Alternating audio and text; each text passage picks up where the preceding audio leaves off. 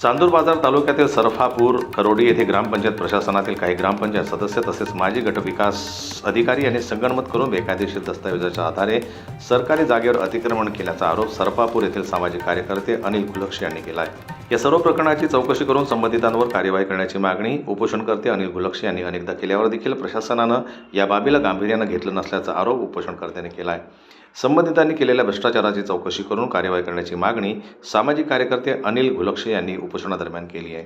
पंचायत सरफापूर येथील डॉक्टर गुलक्षे यांनी आणि त्यांच्या कंपनीने सरपंच पदाचा गैरफायदा घेऊन खोट्या नोंदाच्या आधारे सरकारी जागा नावे लावून 3,987 चौरस फूट ही जागा अतिक्रमण करून कृष्ण ढवळे यांची जागा हडप केल्याबाबत मी गट विकास अधिकारी यांनी चौकशी केली असता त्यांच्या जबाबदार ठरले असता ते अहवाल देण्यावर मला टाळाटाळ करत आहे। मी वारंवार त्यांना अहवालाची मागणी करत असताना ते मला अहवाल देत नाही आहे। त्याच्यामुळं मला आज उपोषण बसण्याची पाळी आलेली आहे।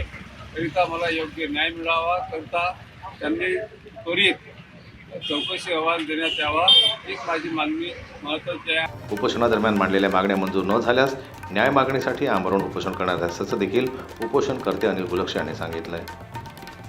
जनमत लाईव्ह न्यूज करता सोमेश्वर शाणे यांची रिपोर्ट मोर्शी। मराठी बातम्यांसाठी जनमत लाईव्हला लाईक करा, सबस्क्राईब करा आणि बेल आयकॉनला दाबायला विसरू नका।